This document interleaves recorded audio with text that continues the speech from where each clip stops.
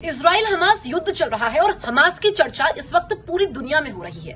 दरअसल हमास ने इजराइल पर शनिवार को हमला किया और इजराइल को ऐसे जख्म दिए हैं जिसने उसकी कभी कल्पना भी नहीं की थी। हमास एक खूंखार कट्टरपंथी इस्लामिक संगठन है। आखिर हमास है क्या, इसके पीछे कौन कौन से चेहरे हैं, वो खूंखार चेहरे जिनको कसाई तक कहा जाता है। कसाई क्यों कहा जाता है, वो क्यों लोगों को नहीं बख्शते हैं, ये पूरी कहानी मैं आपको इस वीडियो के जरिए बताऊंगी। और जो गाजा पर इस वक्त विवाद चल रहा है, जिस तरीके से इजराइल ने पलटवार किया है और गाजा से गाजा पट्टी विवाद क्या है, ये भी मैं आपको बताऊंगी। इतिहास में क्या क्या हुआ है, इस वीडियो के जरिए हम समझने की कोशिश करेंगे। अब सबसे पहले इसको आप देखिए, ये है, इस शख्स का नाम है शेख अहमद यासिन। दरअसल हमास की स्थापना 1987 में हुई थी, इसी ने की थी। ये जो यासिन है, शेख अहमद यासिन, दरअसल ये एक फिलिस्तीनी मौलवी था और मुस्लिम कट्टरपंथी संगठन ब्रदरहुड से इसकी जड़ें जुड़ी हुई थी। ऐसे में उसकी मुस्लिम ब्रदरहुड की राजनीतिक शाखा के तौर पर हमास की स्थापना हुई थी। हमास का उद्देश्य क्या था? हमास का उद्देश्य ये था कि इजराइल के वजूद को मिटाना है। ये हमास ने कसम खाई थी और तब से लेकर के अब तक हजारों रॉकेटों से इजराइल पर हमला किया गया। इजराइल भले ही छोटा देश है, लेकिन उसकी सैन्य क्षमता का लोहा पूरी दुनिया मानती है। तो हालांकि इसको इजराइल ने मार दिया था, 2004 में इसको मार दिया था और उसके बाद एक नए चेहरे के तौर पर एक शख्स और सामने आया। अब इसको देखिए, ये है याह्या सिनवार। ये एक और खूंखार हमास का कमांडर रहा। इसको कसाई के तौर पर जाना जाता है। ये किसी भी तरह के समझौते के खिलाफ था, क्योंकि 1967 की जब जंग हुई थी तो इजराइल ने गाजा पर और वेस्ट बैंक पर कब्जा कर लिया था।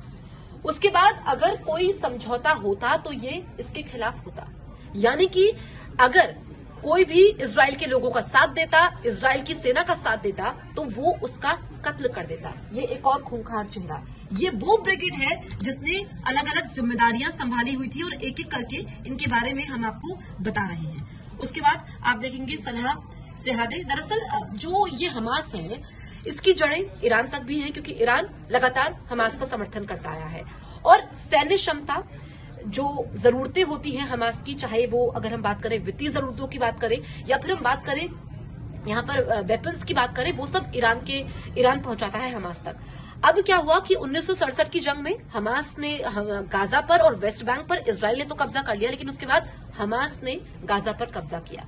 और जब हमास ने गाजा पर कब्जा किया, उसके बाद इजराइल ने क्या किया, वहां पर प्रतिबंध लगा दिया, लोगों की आवाजाही पर प्रतिबंध लगा दिया, और ताकि वो वहां पर अपने वेपन्स को स्थापित ना कर पाए। लेकिन हमास ने गाजा में क्या की, सुरंगें बनाई और अपनी छवि को सुधारने की कोशिश की। लेकिन ये विवाद बढ़ता ही चला गया, कई सारे समझौते हुए। अलग सा मस्जिद का विवाद है, वो एक अलग है।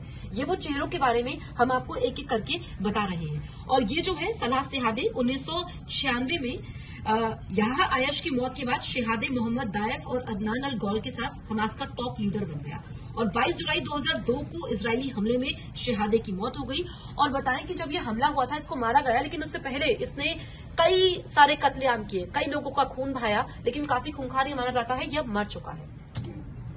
अब आप देखिए, एक और चेहरा हम आपको दिखा रहे हैं, ये है मोहम्मद दायफ। ये भी सबसे शक्तिशाली रहा है हमास में, मोहम्मद दायफ की अगर हम बात करें। और इसके बारे में मैं आपको बताती हूँ कि इसकी क्या भूमिका रही है। ये हमास की सैन्य शाखा अल कसम ब्रिगेड का प्रमुख है। इसे इजराइल के इन हमलों के पीछे का मास्टरमाइंड कहा जा रहा है। हमले के तुरंत बाद एक ऑडियो टेप में इसने आतंकी ऑपरेशन को अल अक्सा कहा था।